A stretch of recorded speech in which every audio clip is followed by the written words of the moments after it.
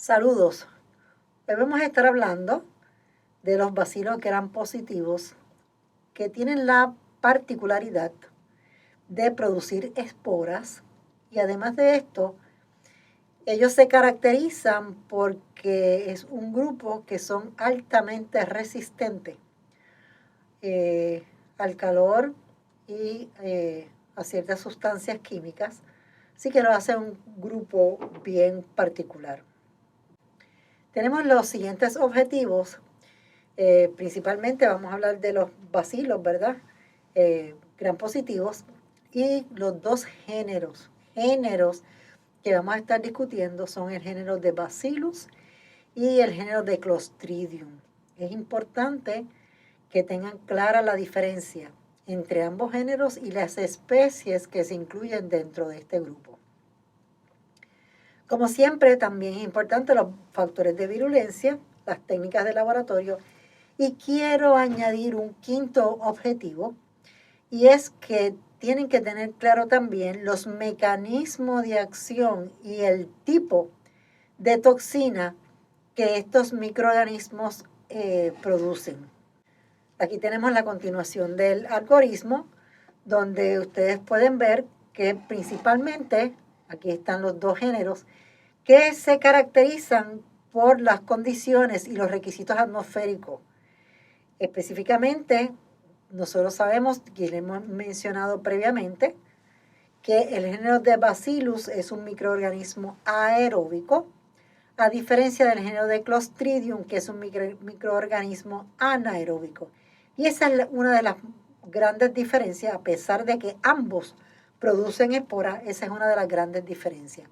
Como ustedes pueden ver, hemos cubierto el algoritmo de los gram positivos con estos dos géneros de bacterias.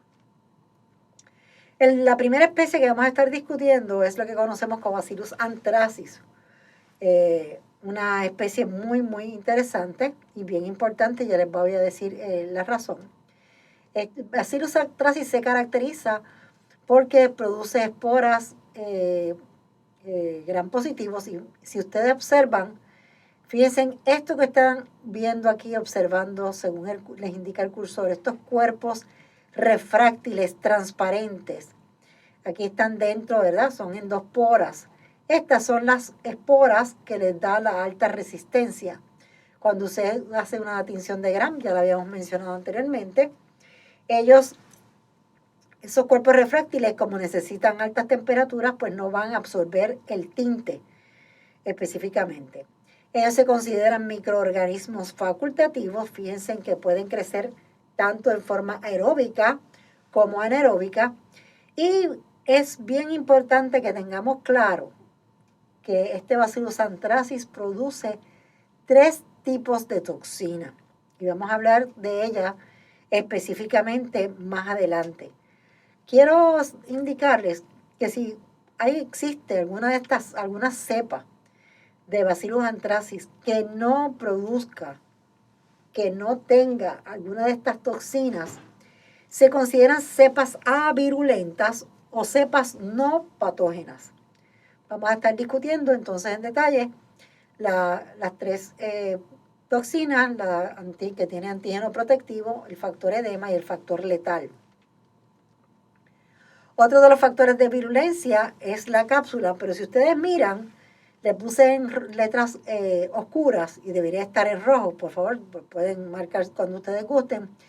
Esta cápsula, ustedes saben que hemos hablado que por la generalización, las cápsulas son de polisacáridos, hay algunas que han sido de polipéptido, pero esta principalmente es de ácido glutámico, ¿ok? Es polidé ácido glutámico. Y al igual que en otras ocasiones, como ya les he explicado, cuando una bacteria pasa a ser avirulenta, esa bacteria pues entonces produce unas colonias que son colonias ásperas, ¿verdad? Cuando poseen cápsulas, pues las vamos a ver mucoides. Otro de los factores es el plásmido PX02. Ese también se puede formar in vitro. y usualmente se requiere la presencia o tienen que crecer en un medio ambiente que tenga un 5% de dióxido de carbono. Ahora vamos a hablar un poco más en detalle de cada una de estas toxinas. Cuando nosotros hablamos del edema factor, que es la primera que vamos a hablar, esa toxina es responsable de producir edema. Es también, ese edema es debido a un aumento del cyclic AMP y por lo general ese factor que produce edema, como resultado de esa función de esa toxina, muchas veces en los pacientes, y esto es bien importante, ustedes van a ver que cuando se adquieren infecciones con Bacillus anthracis, el paciente hay vasodilatación, hay hipotensión y muchas veces desde el punto de vista cutáneo se produce un tipo de lesión que se conoce como escara, que es como una cáscara negra.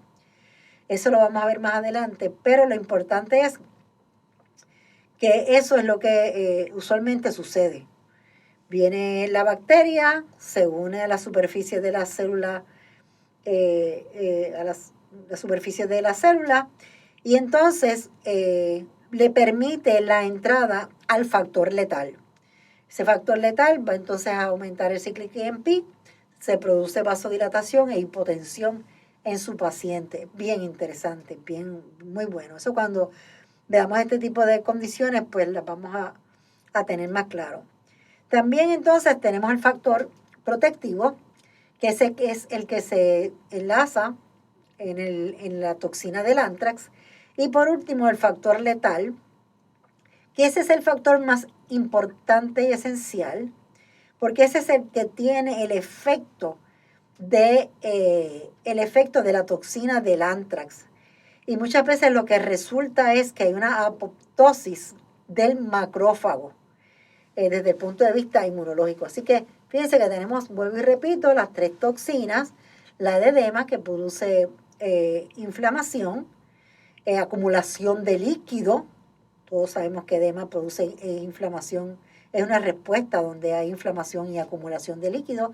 Tenemos el antígeno protectivo y tenemos el factor letal. Hay personas que individualmente, cada una de ellas aparte, pues no son tan tóxicas, requerimos que sean, ¿verdad?, más importantes.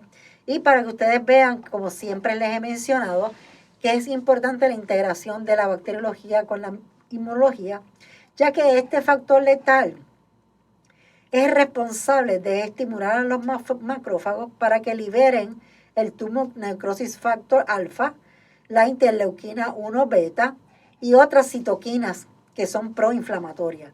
Por eso es que ustedes ven que esto está ennegrecido, porque es de suma importancia.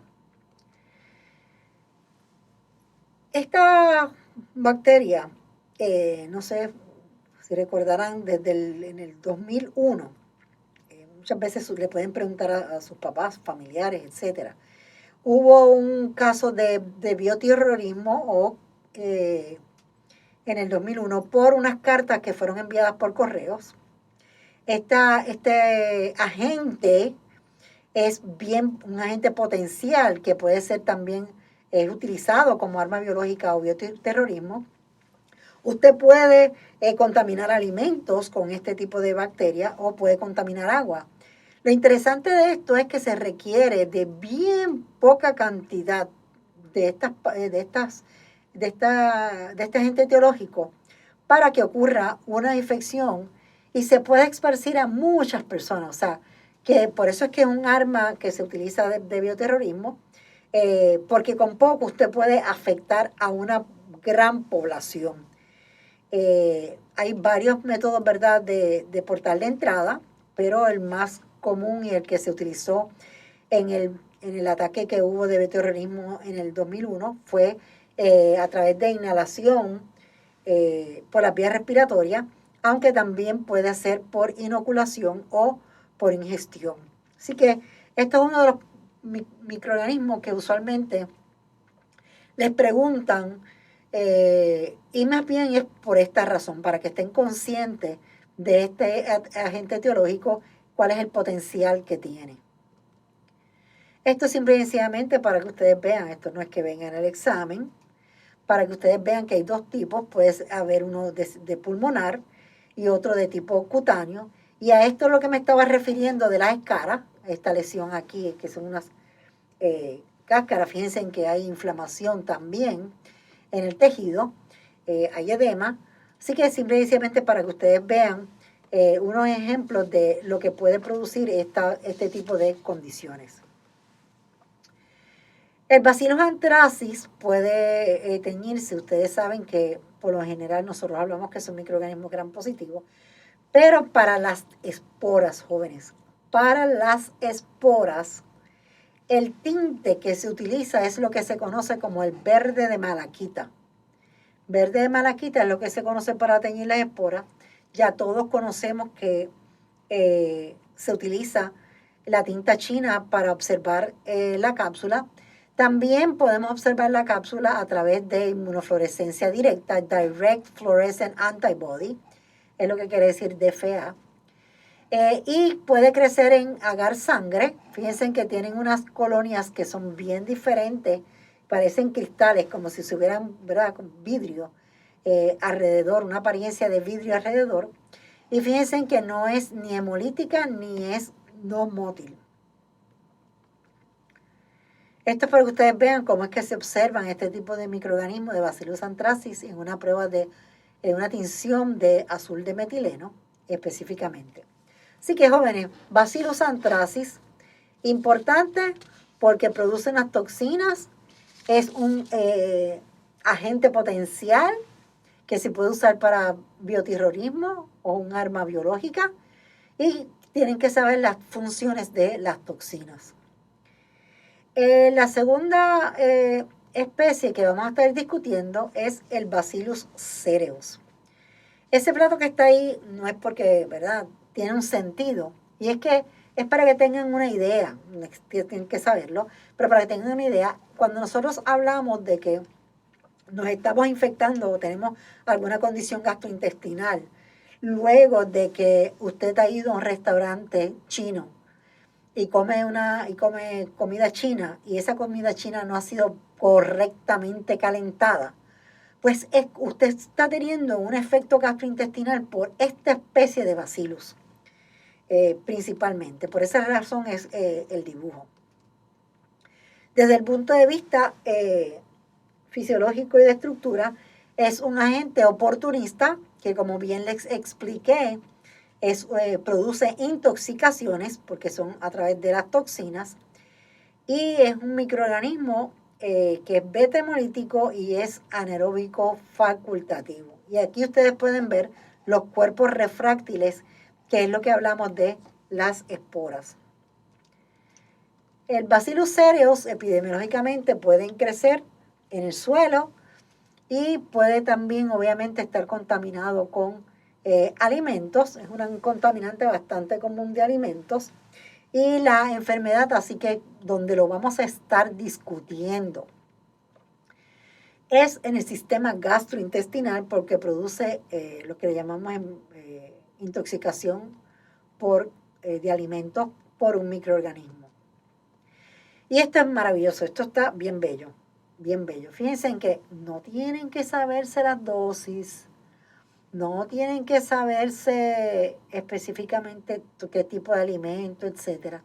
Lo que quiero que ustedes vean que esta bacteria anaerobia facultativa en nuestro sistema gastrointestinal va a ocurrir dos cosas.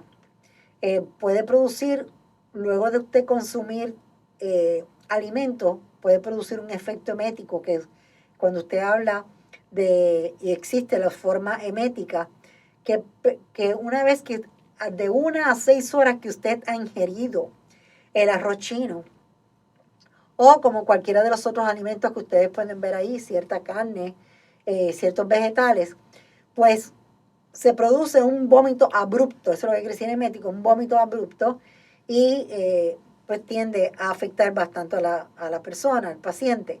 Y tenemos entonces otra forma, que es la forma diarreica, y vamos a hablar un poquito más en detalle de cada uno de ellos. No me interesa, jóvenes, ahora mismo que si la dosis, etcétera. Lo que quiero es que vean este tipo de ejemplo.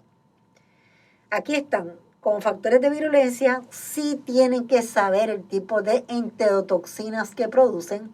Fíjense que yo le hablé de la forma emética y la forma de diarrea, donde una es termoestable, como la forma emética, y la otra es termolábil, que es la que causa la forma diarreica. Hay otro tipo de toxina, fíjense en que se producen 3 toxinas también diferentes a la que se producía por Bacillus anthracis. Aquí tenemos también una que es conocida como la toxina, que esta es termolábil, una toxina necrótica. Y también tenemos la cerolicina, que es un tipo de hemolicina. Y por último tenemos entonces una enzima que se conoce como la fosfolipasa. Así que estos son los factores de virulencia. Fíjense que se producen diferentes tipos de toxinas. Tienen que saber las que produce Serious con las que produce Bacillus anthracis. Desde el punto de vista de laboratorio, fíjense que ella puede crecer en agar sangre. Por esas son las siglas de BCA. Y produce, fíjense que qué lindas son estas colonias, son unas colonias como que más grisáceas, como un bone white, ¿verdad? Grisáceas en el agar sangre. Y esto también se puede confirmar con una técnica reciente que hay, que es utilizando una especie de lasers. Y esto es para que ustedes vean cómo crece la colonia en otros medios de cultivo, unas colonias, unos colores preciosos. Miren que ese color más bello. Aquí quizás más adelante los van a poder ver. Jóvenes, esta tablita de suma importancia, esta tablita, donde tienen que comparar a Bacillus anthracis con Bacillus cereus. Fíjense que vamos a comparar cuál es mótil, cuál es no mótil, y los requisitos en agar sangre si producen o no hemólisis. A diferencia de Bacillus anthracis, que no produce hemólisis en agar sangre, Bacillus cereus sí. Y en el caso de la motilidad, fíjense que la que es mótil es Cereus y no anthracis. Esa tablita tremenda. Terminamos ahora con las 2 especies de el bacilo gram positivo aeróbico que produce esporas, que es las 2 especies del género de Bacillus. Vamos entonces a hablar ahora de la especie que es anaeróbica. Específicamente vamos a hablar del género de Clostridium y sus diferentes especies. De forma general, estas bacterias, tal como lo dice el género, pues son microorganismos anaerobios que carecen de enzimas como peroxidasa, catalasa, y son también parte de la flora normal del tracto gastrointestinal. Así que, y por otro lado, pues también esta bacteria es mótil. Aquí tenemos la primera especie, eso fue una generalidad que hablamos. Tenemos a Clostridium perfringens. Clostridium perfringens se caracteriza en este caso porque es no mótil, produce bien bonito, unas hemólisis como de doble zona, como si hubieran una y otra, una al lado de la otra, y se producen 5 tipos distintos de toxinas y se clasifican de la A a la E. Así que usted empieza a hacer el abecedario, A, B, C, D y E, y ya usted tiene ahí las toxinas que caracterizan a Clostridium perfringens. Es una bacteria que habita en el sistema gastrointestinal, en el suelo, ¿verdad? Es un contaminante que también contamina con heces fecales, ¿verdad? El suelo. Y, jóvenes, el tipo A. ¿Se acuerdan que les dije que hay 5 tipos? A, B, C, D, E. El tipo A es el responsable de las condiciones o de las infecciones humanas. Usualmente estas infecciones o las enfermedades que producen esta bacteria puede ser de origen o de exposición exógena, como también de exposición o contacto endógeno, ¿verdad? Pueden haber condiciones de esta forma. Existen de las dos. Asterisco, asterisco, asterisco. Toxinas.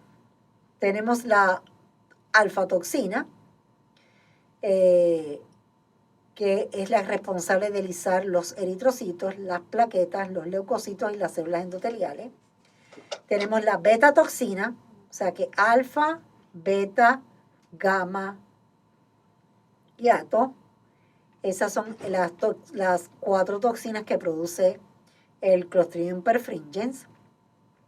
La beta se caracteriza porque es la que va a producir una actividad necrotóxica y va a permitir que haya pérdida de la mucosa intestinal. Esa es la responsable de la mucosa intestinal. Y en el caso de la epsilon, pues la que inactiva la tripsina y aumenta la permeabilidad vascular de la pared del sistema gastrointestinal. Cuando nosotros hablemos de los mecanismos de acción y de patogenicidad en las condiciones clínicas, estas toxinas son las responsables. Y por último, tenemos entonces la hiatotoxina, que es la que tiene la actividad necrotóxica.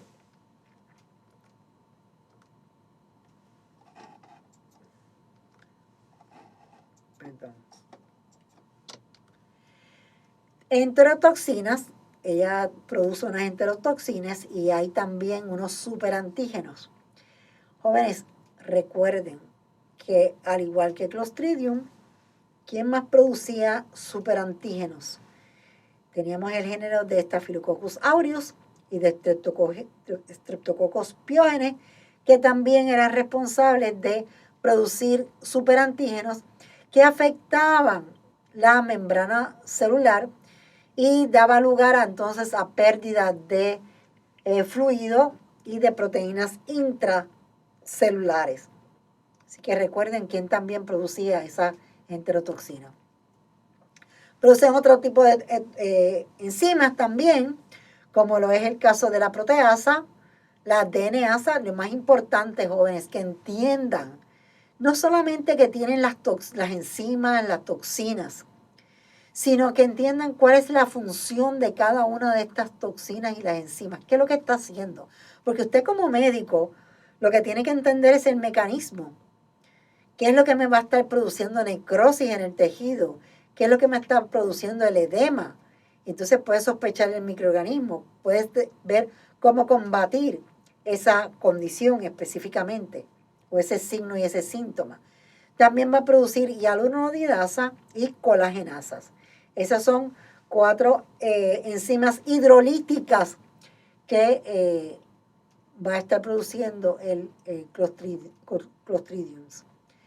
El Clostridium, bien importante, se ha estimado que aproximadamente más de 1 millón de personas tienden a estar infectados o producir algún tipo de envenenamiento alimenticio con esto.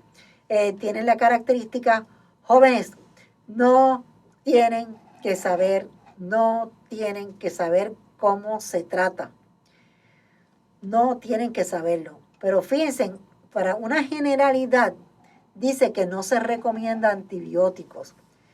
¿Por qué no se recomienda antibióticos, jóvenes? Si usted tiene una condición que es por toxinas, usted no va a resolverlo con antibióticos.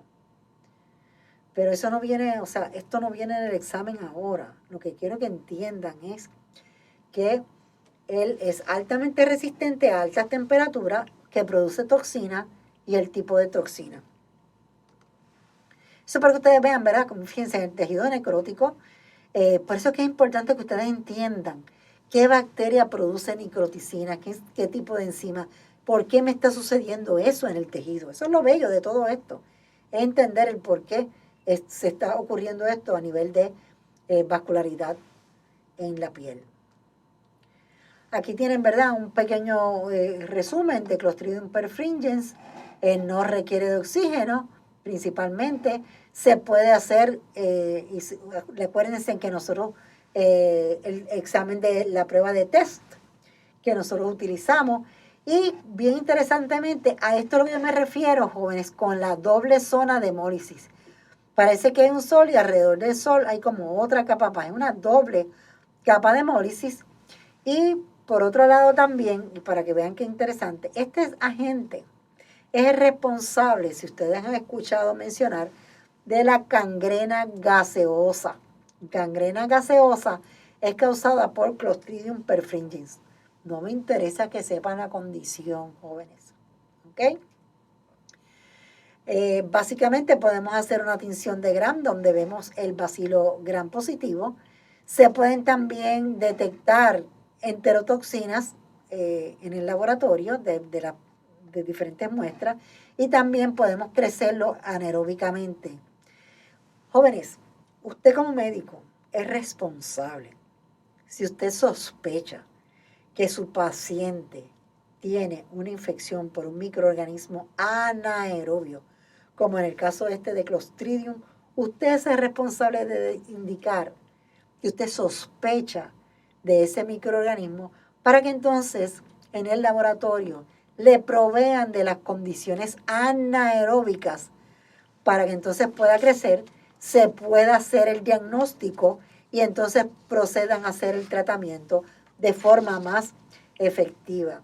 Así que es importante que usted siempre indique qué tipo de microorganismo usted sospecha, porque así dirige principalmente los trabajos en el laboratorio. Ya cubrimos también, entonces, Clostridium perfringens. Fíjense que también, al igual que el Bacillus cereus, produce también intoxicación, pero lo más importante aquí que es el responsable de del tipo de condición que mencionamos. Fíjense en que tenemos a Clostridium tetani. Clostridium tetani nosotros lo conocemos. Miren qué cosa más bella. Miren qué diferente. No se pueden olvidar de esto. Esto le viene a veces en los subjects, las figuras. Fíjense que esto parece como los palitos que se usan en las baterías, los drumsticks que se utilizan y así le dicen. Así que usted no se puede olvidar del Clostridium tetani. Además de eso, ese Clostridium tetani, ese drumstick se caracteriza porque sus esporas son terminales. Él es estrictamente anaerobio y no fermenta carbohidratos. Fíjense que todos nosotros nos vacunamos contra el tétano, ¿verdad que sí? Es un microorganismo ubícuota, el cual nosotros podemos, a través de una herida, de un trauma, ¿verdad? A través de la piel, pues nos podemos infectar. Y hay una vacuna que es la que nos induce la inmunidad. Y ustedes saben que por eso todos nos vacunamos contra el tétano. Y lo primero cuando usted tiene una lesión o usted se entierra un clavo que esté mohoso o cualquier material que esté mohoso, le preguntan cuando usted llega al hospital, ¿usted está vacunado contra el tétano? Es lo primero que le hacen, principalmente. Así que estamos hablando de este agente. Este agente produce dos tipos de toxina, lo que se conoce como la tatonolicina, que es una toxina que es lábil al oxígeno, y entonces tenemos la neurotoxina. Esa neurotoxina es termolábil y es la responsable de bloquear los neurotransmisores como glicina y como GABA. Así que ustedes ya cogieron neurociencia, ustedes cogieron bioquímica y saben la importancia y qué sucede con cualquier agente que es capaz de bloquear los neurotransmisores. Así que el Clostridium tetani produce estos dos tipos de toxina. Eso trae como consecuencia a que, por eso también al tétano se conoce como lockjaw, como que se encaja la quijada, ¿verdad? La quijada se tranca. Se producen unas especies de contracciones musculares.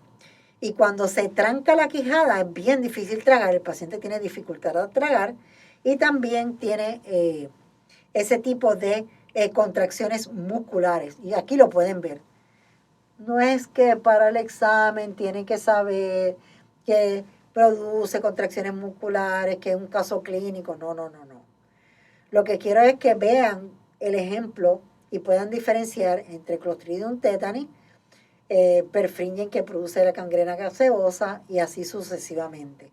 Así que fíjense en que viene la forma de curvatura, ¿verdad? De contracciones que producen en el paciente. Y eso es debido a las neurotoxinas que afectan a los neurotransmisores.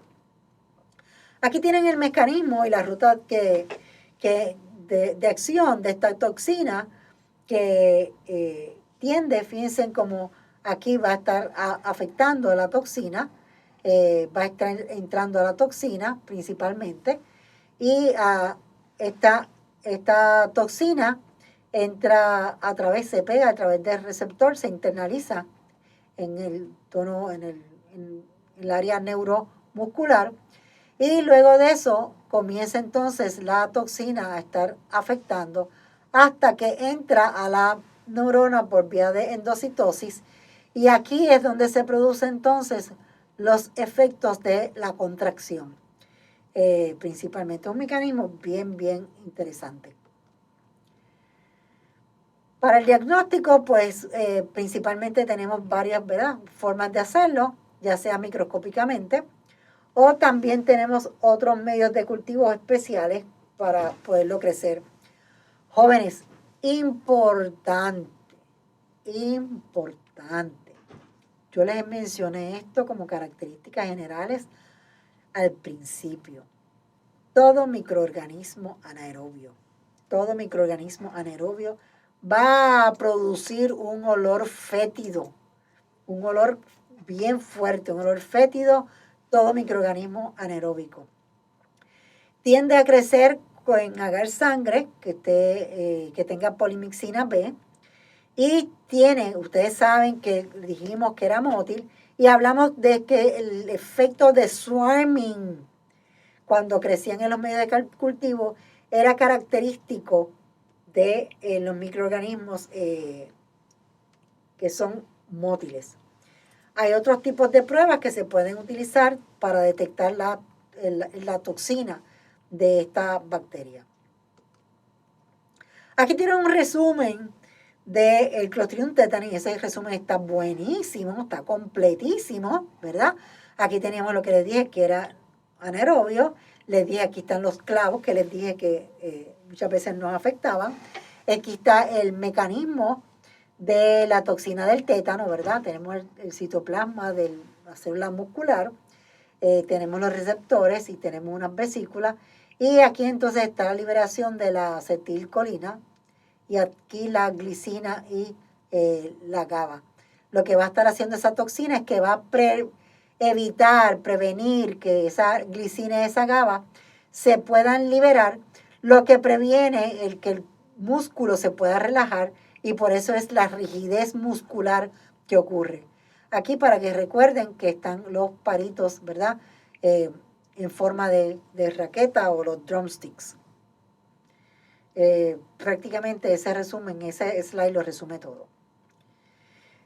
La próxima especie le llaman el agente más buscado, ¿verdad?, principalmente, y es el Clostridium botulinum. El Clostridium botulinum es un microorganismo fastidioso, también obviamente estrictamente anaerobio, y produce 7 toxinas, de la A a la G, y usualmente el humano está asociado con estas 4, A, B, E y F. Así que son unas toxinas diferentes, ¿verdad?, las que habíamos mencionado anteriormente. Aquí tienen el Clostridium botulinum, y la idea es que se recuerden que el Botox, ¿verdad?, Botox de botulinum, para que lo puedan asociar, y y puedan tenerlo más claro. Fíjense que en este caso el mecanismo de la toxina de botulismo, lo que va a estar haciendo, que tenemos aquí la célula, el citoplasma de la célula muscular, tenemos los receptores, tenemos las vesículas y la acetilcolina, y el terminal de acción de la célula neurológica, y la toxina de botulismo lo que va a hacer es que va a bloquear también la liberación de acetilcolina, deteniendo las contracciones musculares. Tienen que saber la diferencia entre los dos tipos de toxina, en el de perfringen, en el de botulismo, en el de tétano. Tienen que saber eso, porque eso luego en mecanismo de enfermedades y en la parte de sistemas lo vamos a estar viendo. También tenemos entonces otras enzimas como la lipasa y la toxina de botulismo, que va a estar causando en este caso una flacidez, ¿verdad? Y aquí la podemos ver, a esto es lo que nos referimos, ¿verdad? Esa característica, esa condición de flacidez que estamos teniendo. Esto es lo característico, de esa flacidez en el tono muscular, hipotonia, ¿verdad? Que podemos ver aquí. Jóvenes, estas son pues lesiones también que pueden producir este tipo de bacterias. Pero esto que está aquí no es porque me guste el jugo de cranberry, ni mucho menos, ni para que adorne bonito, sino es para que también vean que el botulismo, ustedes recuerdan cuando yo al principio de las conferencias les hablé de que se podrían producir, que estuvieran pendientes cuando las latas de habichuelas tiernas, cualquier lata estuviera hinchada, inflada, que no la compraran, etcétera, porque surgen brotes y eso ustedes saben que el Food Drug Administration se pasa diciendo, mire que salió en tal sitio, que no compren la lechuga tal o el jugo tal o lo que sea, porque están todos contaminados con microorganismos en específico. Y esto fue un caso que hubo de una marca, que no voy a entrar en ella, del jugo de zanahoria en California, donde estaba contaminado y produjo condiciones de botulismo en los pacientes. Desde el punto de vista del laboratorio, pues tiene flagelos perítricos. Perítricos son alrededor de, como les hemos mencionado anteriormente, y hay unas pruebas de neutralización de toxinas que se hacen, pero hoy en día, como siempre yo les digo, cuando ustedes no saben algo de metodología, de diagnóstico, y ven PCR, pongan PCR, porque lo más seguro es que existe una prueba de PCR para detectar ese tipo de microorganismos y es mucho más rápido a través de esta metodología. Esto es un resumen de jóvenes, no tienen que saber los detalles de estas dos especies, ¿ok? No tienen que saberlo. Y estas pruebas específicas no tienen que saberlo. Lo que quiero sí que tengan claro es que es un anaeróbico. ¿Cómo se puede confirmar que es demostrando la presencia de la toxina en muestras? No tienen que saber el tipo de muestra. Este slide tiene solamente con propósito de la condición anaerobia, las esporas, que sepan que se detecta y se confirma detectando la toxina en diferentes muestras, pero no tienen que saber nada más. Aquí tienen otras pruebas más. No tienen que saber el medio de cultivo de Robinson, por favor. Sí deben de tener claro y que sí existen pruebas serotípicas para identificar qué tipo específico de cepa o de antisuero se tiene que utilizar. Difíciles. Ahora tenemos el Clostridium difficile. Clostridium difficile se caracteriza porque produce una toxina que es responsable y está asociada al sistema gastrointestinal, asociada al uso de antibióticos. Tiene, igual que las otras, tiene también es estrictamente anaerobia y produce esporas. Este Clostridium difficile es bien conocido en su distribución, ¿verdad? En todo el tracto intestinal, en el humano, y en la última, y recientemente, o sea, en la última década, en los últimos 10 años, ha ido aumentando la presencia de Clostridium difficile y ha sido una de las condiciones nosocomiales más importantes. O sea, está aumentando los casos de infecciones nosocomiales por esta bacteria. Principalmente, esta bacteria coloniza los intestinos de las personas saludables en menos de un 5%. Y esto que debía de estar aquí, debía estar en rojo, perdonen. Esto que está aquí, debía estar en rojo.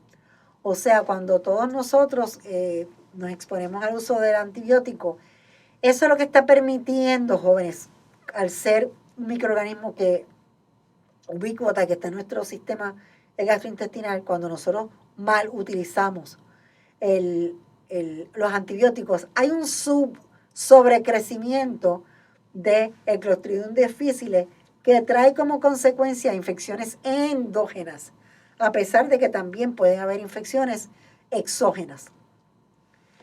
No se tienen que saber esto al detalle, solamente lo que quería era que ustedes vieran que este Clostridium difficile, ¿verdad?, que contiene esporas, fíjense que aquí tienen la flora normal intestinal, y que cuando nosotros utilizamos clindamicina, cefalosporina, ampicilina, amoxicilina, etcétera, pues entonces viene un sobrecrecimiento en el colon y tiende entonces a haber una producción de una colitis que se llama una colitis pseudomembranosa, y es una de las infecciones nosocomiales que tiende a producir diarrea. Lo que sucede es que hay una producción de toxina A y B que le hace daño, o sea, afecta la mucosa gastrointestinal, de ahí produce la pseudomembrana y de ahí entonces produce la diarrea. Esto trae como fiebre, malestar abdominal, diarrea. No tienen que saber los síntomas, lo que quiero es que visualicen cómo es que las toxinas de estas difíciles nos afectan cuando el uso y mal uso de antibióticos. Así que gráficamente, este slide es bien importante en cuanto a eso. Aquí está la producción de las dos toxinas, la enterotoxina A, que produce quemotaxis, y también se induce la producción de citoquina, que es hipersecreción de líquido, y puede producir necrosis hemorrágica. También va a producir una citotoxina, que esa citotoxina, también conocida como la toxina B, lo que hace es que induce una depolarización de la actina y por lo tanto hay pérdida celular, que fue lo que ustedes vieron, ¿verdad? Hay daño celular, como ustedes lo pudieron observar en la diapositiva anterior. También tiende a producir factores de adesina y adenodinasa, y la razón por la cual es tan importante desde el punto de vista nosocomial es que como ella tiene espora, ustedes saben que puede sobrevivir por muchos meses en ambientes hospitalarios. Parece que la hacen resistente a todos los agentes que se utilizan en los hospitales para la desinfección. Aquí tenemos cómo es que se utiliza en agar sangre. Se pueden utilizar pruebas para detección de la enterotoxina o de la citotoxina en la S, o se pueden también hacer inmunoensayos. Este resumen también es otra de las pruebas que se pueden estar utilizando para detectar, por ejemplo, se puede usar inmunoensayos, como bien les expliqué anteriormente, es mucho más rápido. Se puede utilizar pruebas para detectar citotoxicidad, y también se puede hacer examen de el colon. Ustedes saben que cada 2-3 años hay que ir a hacerse la endoscopía y chequearse el colon, ¿verdad? Porque puede estar poblado por diferentes tipos de microorganismos. La próxima y última especie es Clostridium septicum, y se la pongo, no es porque sea tan importante, pero se las incluyen dentro de las especies de Clostridium. Este Clostridium septicum supuestamente está asociado también en algunos casos de cáncer del colon. También puede producir casos de leucemia o diabetes. Y produce 4 o 5 toxinas, ¿verdad? Está la toxina alfa, beta, gamma y delta, cada una con sus características. Y también es responsable de producir neuramidasas. Ya nosotros sabemos la función de las neuramidasas, que van a estar alterando la permeabilidad de la célula. ¿Okay? Así que el septicum produce esta toxina y fíjense que es totalmente diferente en cuanto a su morfología. Miren el bacilo aquí, que es totalmente distinto. Si tienen alguna duda, algo que no quedó claro, ya sea puedan referirse al libro de texto o lo podemos aclarar en nuestra sesión de preguntas y respuestas y de los learning activities. Aquí tienen una lista de referencias por si a alguno le interesa alguno de los detalles que hemos hecho en esta presentación. Saludos.